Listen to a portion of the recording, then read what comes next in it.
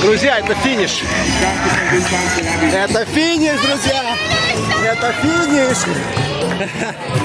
Nii nagu klassikud on öelnud, mitte distants ei tapa.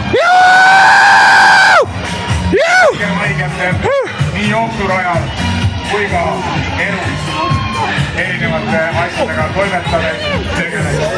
Õige tempovalik on teie tervise seisukohalt väga oluline. Nii nagu tervise seisukohalt oluline ka regulaarne pidev liikumine.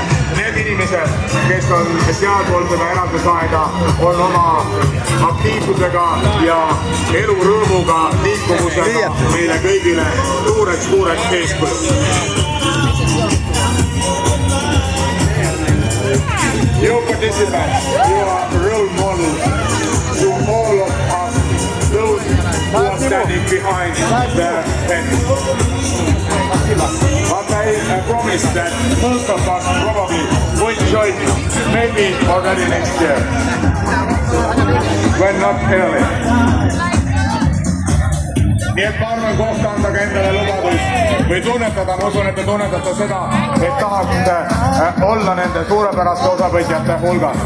Siis järgmistel Eestimaal toimuvatel jooksudel on see võimalik või kui harjutanud ei ole, aasta on selleks piisavalt pikk aeg, et juba järgmisel aastal kas või 10 kilomeetri distantsil kaasa lüüa või miks mitte aastaga jõuab ennast treenida ka poolmaratoni läbimise vormi.